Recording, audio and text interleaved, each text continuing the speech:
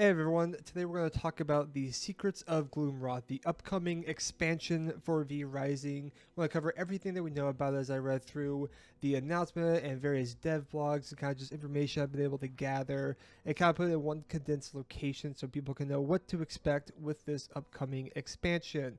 This is going to be one of 3 major updates for the game, with supposedly the 3rd update corresponding with the full launch of the game. So this is super exciting, and honestly there's a lot of stuff in here.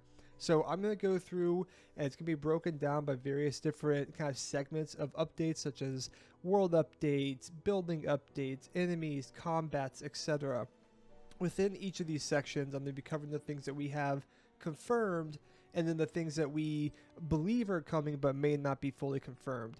Now, these are items that were talked about in previous dev blogs as something that they are working on or exploring, but it wasn't confirmed in the official announcement that I could see, so we're not entirely sure if it's actually happening or not.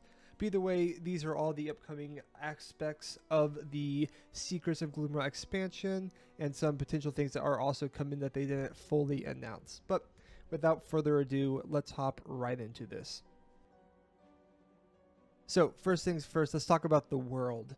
What is Gloomrot? Gloomrot is a massive new zone with 2 unique areas twisted in the pursuit of cruel science. These 2 areas being the Gloomrot South and Gloomrot North. Here you can see on the map where it's going to be, with connections from Dunley farmlands as well as the Cursed Forest. And you kind of see with the different colors here, the more brown color is probably Gloomrot South, while the kind of darker, almost blue-green color is going to be the northern section, but that is unconfirmed.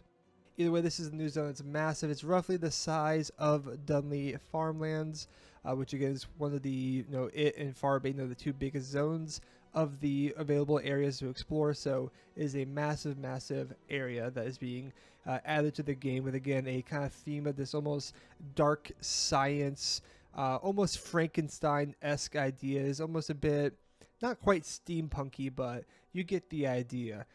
You'll be traveling to the heights of Gloomrot, facing their various creations and ultimate weapons of war, mechanical wonders, and twisted imaginations of the Transcendum.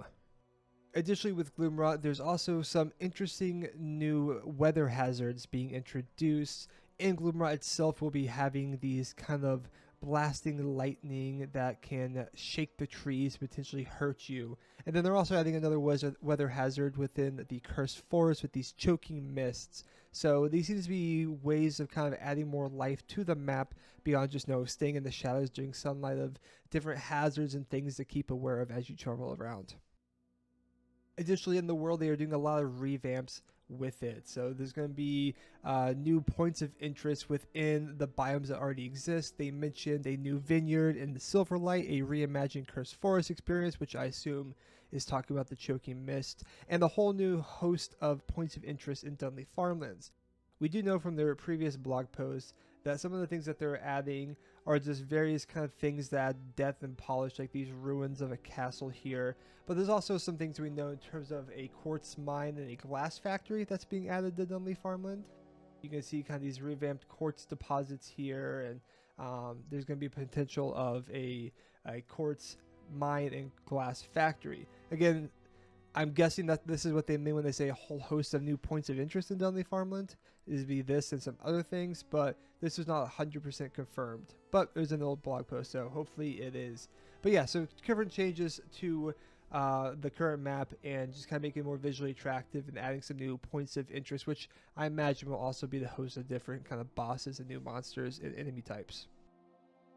Additionally, in the world, they're now adding trading hubs. These are unique trade hubs across Vardaron where you can exchange coin for goods with new NPC merchants. Though there's warned that not all of them are friendly to vampires, but that does mean some are. So these are going to be different than the traveling merchants. There's usually that you can go and fight, or you can go and disguise as human, kind of trade with them silver for usually cosmetics or some seeds and stuff. So these will be either an expansion of that or just completely different. We can see from some of these images that it seems they're usually, these hubs might have a focus. This one used to have, you can see a hat in here and what seems to be like maybe vegetables, and various crates and stuff. So We're not entirely sure what they're going to have, maybe fish, etc., but you will be able to trade silver with these merchants. It's kind of an expansion of the trade function. Here's the kind of a mock art that they had made when they first announced this system, but it's an expansion of the trade functionality and adding markets to give options for players to be able to spend their coins on the host of what is called ever-changing goods. So this could be something that is ever-changing in terms of different servers or different kind of world maps have different trades, or that maybe on a timely basis their goods kind of rotate for you to check out. So this is a really cool way of just kind of giving more purpose to silver, as I definitely felt was the least important resource that you would gather as you explored the world. So I think this is a really interesting method, and maybe something that's going to affect a lot in terms of PvP, and also potentially offer, if the silver is very valuable, different spots of PvP to happen on the map. Moving on past the world, let's go ahead and talk about building. Obviously, the biggest change that everyone's talking about with building is the multiple level castles, or multiple floors, however you want to describe it. Multi-level castles are happening, as you're going to be able to kind of climb and build up these vertical castles instead of just being kind of laying around on the world. Well, I was having trouble remembering where exactly I'd read this on the blog post. I was searching around trying to see if it was in the Discord. I believe it was mentioned that there'd be up to 3 levels being added to a castle. And additionally, it was confirmed that they'll be adding these kind of castle teleportation systems so that you don't have to just climb stairs, but you can teleport from point A to point B in your castle and kind of set up these little methods of being able to move around within your castle. These will be disabled during raids. That's an important note. Additionally, with the building updates, we will have a lot more castle customization with new gardens and updated building UI to give access to more color variations and many more decorations. So this is something that we expect that with the new zone, we'll have a new tier in terms of kind of the paper grind. We had paper, we had scrolls, and schematics. There's going to be the next tier of that we'll most likely get from Gloomrot, and this will unlock new cosmetics. They might be also adding more cosmetics or changing how you get cosmetics in the previous zones, but this is something that we know will be happening. There's a lot of stuff with the gardens and hedges that have been confirmed, but there's also kind of teases before like large harps and various other things. So for those who are interested in customizing your castle, do know that there are a lot more methods and kind of control in terms of the UI and color variation, as well as just more options to decorate with. Speaking of kind of ways of decorating your castle, there's also new crafting stations. They have confirmed the following crafting stations as new: a jewel crafter station, a legendary forward, a fabricator, and a leather working station. Now, the legendary forward, and we'll get into this later, there was confirmed legendary weapons being added to the game. I'm not sure if the legendary forge is for legendary weapon crafting or just the next tier of weapon crafting. And same kind of goes with the fabricator and leather working station. These might just be used for higher tier of those resources. But we do have a guess that the jewel crafter station will be used for the jewel system that's being added for kind of combat and spells and everything, which we'll get into later on this video. But that would be my guess of what that crafting station is. And then some unconfirmed additions that they were talking about. There's kind of 2 major ones. The first being that there's an experimental feature that they're not confirmed. They did some kind of polls about. I'm not sure if it's being added in this expansion or ever, but they did talk about a territory system. Now, the way this territory system would work is, instead of kind of having how it was before, that you would place down your castle heart and then kind of expand that way in terms of like placing down the blue blocks to kind of build out your grid that you owned. Instead, one thing they were talking about is creating a system called territories that will allow vampires to claim individual plots of land instead of placing and expanding tile by tile. The goals of the system, they said, were to fit more players in the world in a more balanced way, reduce player friction, and prevent various technical issues. And will also make detecting and communicating how full or active a server is easier. This system could also potentially expand to things that could make more interesting, like being able to move your castle between 2 territories, more possibilities for server-to-player interactions and missions like infiltrations, invasions, and spies. So there's a lot of cool things they can do with this if they kind of have a more structured system to how castles are built and how they can be structured. But however, obviously, this does limit creativity and freedom from the players in making castles. Again, I didn't see anything on this being in the current upcoming expansion. This is something that they talked about. I'd be surprised if this actually comes out in this expansion. This seems like something they are kind of polling and testing now for one of the few future big updates. but we'll have to see if it actually does come out. Additionally, they did talk about wanting to do more servant adjustments. This is kind of something it's a bit more maybe far off again, but they've said they witnessed players using servants in all sorts of innovative ways, some of which are certainly more intended than others. They saw emergent gameplay like this in players' reactions to give them inspiration, but they're not quite sure how this is going to be expanded or not. So I'm not sure if we're going to be seeing any changes to the servant system in this update, but it is something they're working on. So we'll have to see in the official patch notes if this is a change coming out.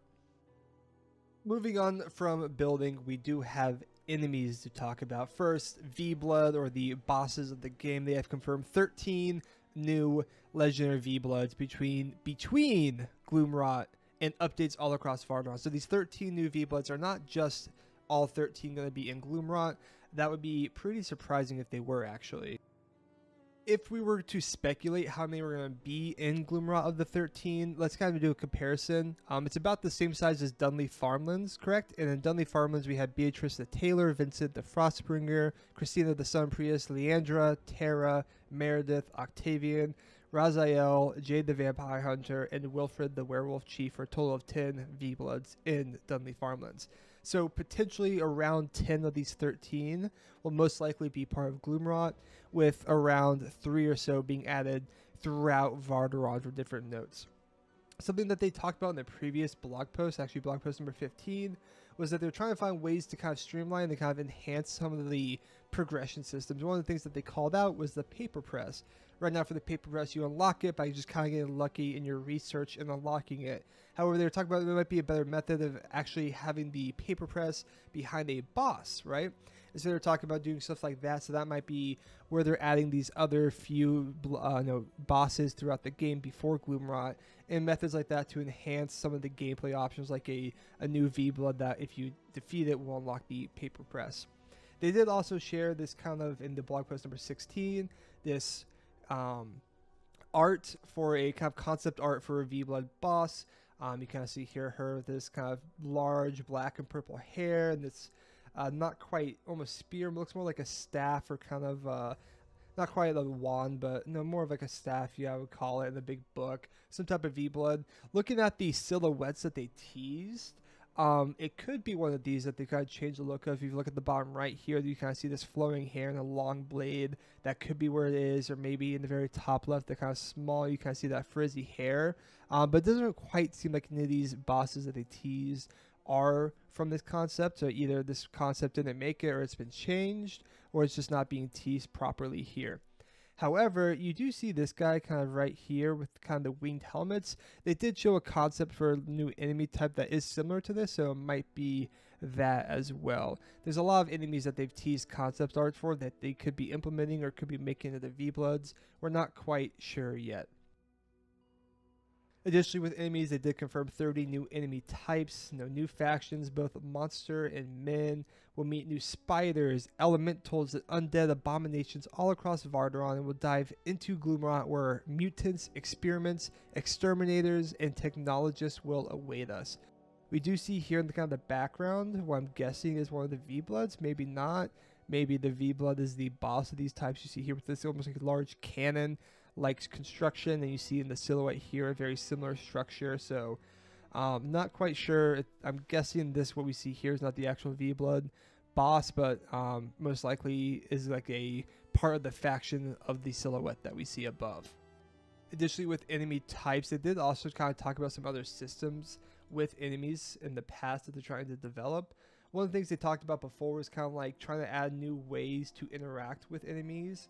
One that they showed was like a caravan system of like guards patrolling Silverlight, kind of escorting this caravan that most likely would have loot in it if you were to defeat them. They also showed what seems to be a new type of golem. It's a bit more like a bug almost, that kind of leapt around. And then this kind of dark angel with almost metallic body and this kind of red like rune glowing in front of it. So I'm not sure if any of these concepts actually came to life with the Gloomrot update, or if they're being saved for later, if they got scrapped. But wanted to kind of show some things that they're exploring with these enemy types is, beyond just adding through 30 new enemy types, they're trying to explore to make more interesting ones in a variety to the enemy types. It means bringing new mechanics that change not only the way we play, but also how earlier zones feel, and so they're trying to balance all of that. Next, we're going to move on to combat. Combat is another thing that got majorly revamped and upgraded in this expansion. I would say the two biggest changes of the Gloomrot expansion is the new zone itself of Gloomrot and then the combat changes, because the combat changes are a lot. They improved magic, they kind of reimagined a lot of the spells and made them more specialized, and they did a huge spell school revamp, which we'll get into in a second. They're also adding a new spell school called Storm, new weapon types, legendary weapons, and jewels. So let's go ahead and kind of break down all these changes when we know about them going into it, because there's a lot. So first, there was a very large spell school revamp, right? The kind of intention of this is that they want to make the prime schools of magic in V Rising, which are Blood, Unholy, Illusion, Chaos, and Frost, and now also Storm. They want to make these so that you have an actual subdivision within these schools that actually have cohesion within the specialized schools by adding debuffs that benefit from stacking spells within the same school, or buffs or different effects that can happen, right? So the ones that have been revealed is, this was from blog post number 17, is that blood magic is now the center of vampiric healing and represents a vampire's control of raw life essence. Blood spells now inflict a leech effect on your enemies, allowing you to attack an afflicted foe and replenish your life force, much like, well, a leech.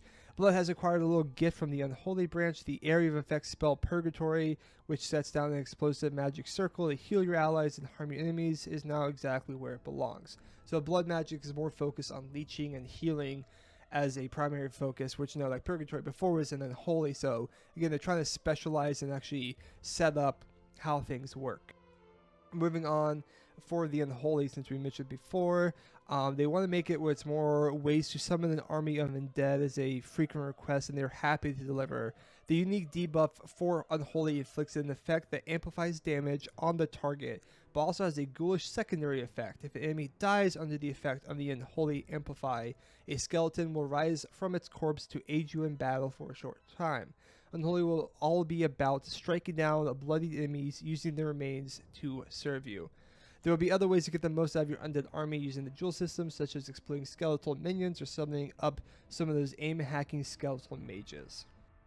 Next, we're going to move on to Chaos, where they said, where else would you expect to dish out colossal damage than the home of your beloved friend, the Chaos Bolt? Chaos magic will be all about aggression, damage, and wreckage. The familiar Ignite debuff is making a comeback as a staple of this branch of Arcana, and some of the more supportive spells are going to be tweaked to focus on offensive stats instead of defensive ones. There will be more focus on causing damage to large groups and increasing your ability to put enemies in a position to take a hit. For example, the area effect spell Void no longer pushes enemies away, but instead draws them towards the center. The next school is Illusions. Illusions are more elusive than ever, being reimagined to let you fulfill your fantasy of being a slippery trickster. This is the magical technique of support and defense, and the only spell type so far imbued with two unique mechanics. This specialty will inflict a weakening effect on foes, making them deal less damage with their attacks. Casting an illusion won't just cause a debuff, it will also provide a buff to the caster. The Phantasm buff will stack with each cast. With each stack, it will increase your chance to bypass your standard spell cooldowns and give the user a free ability to cast. This is similar to the current available benefit from the Scholar Blood type. Upon getting this free cast, your Phantasm stacks will clear and begin their process again. So, with Phantasm, your dedicated illusionist makes up for the defensive nature by casting more often, so don't think that you'll have it easy just because you've run into a support-themed vampire. There will be some more crowd control abilities like Fear Effect to scramble and punish overly aggressive opponents. In addition to these changes, Illusion has proven its playful nature by stealing not one, but two spells from other specialties. Unholy's Mosquito and Blood's Crimson Aegis have been reworked to fit their new shrouded siblings. And lastly, of the spell school revamp, we have the Frost, probably the least changed of the spell schools, but let's hop into it. There have been major changes to how the chilling debuff works, which no longer freezes outright. If you think you've escaped the freeze, think again. There will be methods of consuming the chill debuff to freeze your foes. It will just require a bit of specialization with spell jewels. Chill effects also now affect V-Blood units, making them much more effective in boss fights, which is a huge buff for being able to use that magic in V-Blood fights. So that is the spell school revamp. A lot of changes, a lot of reorganization of spells. We've talked about this before, but I wanted to talk about it again since we were putting one condensed video out. Additionally, we do have the new spell school of the storm magic.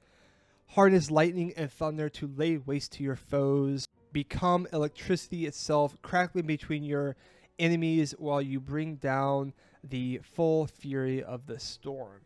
It comes with a passive of static. Electrify your enemy for 5 seconds, causing physical damage dealt to them to trigger a shock dealing 10% magical damage. So there seems to be a system of causing these kind of shock nodes which can deal additional damage and other effects.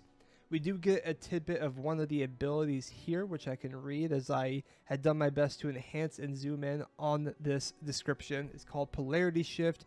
You launch a projectile that deals 80% magic damage and inflicts shock. You and the other target swap locations on impact.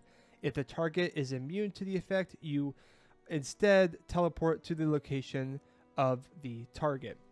So this is a fun little ability. It's not the dash. It's just an ability to shoot something at a target. If you hit it, you will swap places. This actually seems really strong in terms of PvP. Like chasing down an enemy and you hit them with this ability. Like if you have a stack of, like, let's say you and your duo partner are chasing someone away, you hit them with polarity shift and all of a sudden they're next to your duo partner and you get the jump on them. There's a lot of cool things you could do with something like this, and I'm really interested to see what the other abilities of the Storm School are. We do get this kind of big AoE effect in the background. We see this kind of, I'm guessing this middle image here is a counter ability, but I'm not quite sure. And we see this kind of big AoE kind of ball that you see is placed down. There's like an AoE circle around it, so that's going to have some type of effect. So we don't know too much about the spell school outside of that beyond those things that we were able to read off of the image they provided. Additionally, with combat, there are now 2 new weapon types. They have introduced the Great Sword, which you can kind of see a bit of the old animation here. I'm not sure if this is final or not. And then they've also are adding dual pistols. Again, we don't know much about the abilities of these yet or anything. They were announced with this announcement. We knew the Great Sword was coming, but we did not know about the dual pistols. So excited to see what these weapons actually do. Legendary weapons are also being added. They are a one-of-a-kind ancient weapons, and if you restore them to their former glory, you will obviously get something very strong. There are randomized properties enhance your weapon abilities, as well as offer special on-hit effects to further expand your strategies. So in the image they provided here, we can see the Screaming Bloodbringers, which has no physical power, physical damage to wood, movement speed, max health, and physical crit strike chance. And then Blood Infused inflicts Leech. So now this legendary weapon, you now will inflict Leech, which is the effect from the Blood School. So whatever you choose to do with that, do as you may. I will also note there's something interesting here on this image you provide. You can see some of the spells. The R here, I don't quite recognize it. The space seems to be just a new image for the Blood Dash. And the T I also don't quite recognize either. They did also speak more about legendary weapons in blog post number 17, so I do want to mention what they said there. They said to add additional layers of depth and complexity to your spell kit and make your build unique, we're experimenting with legendary weapons. Legendary weapons will be rare weapons you can find in the world, and much like jewels, will have randomized benefits related to your physical abilities. It may even include an additional way to implement some of the debuffs otherwise only accessible through spell schools, albeit in a more limited way. Should it survive the fires of testing, we'll be able to share a bit more legendary weapons later on. So they clearly was able to succeed and pass this along.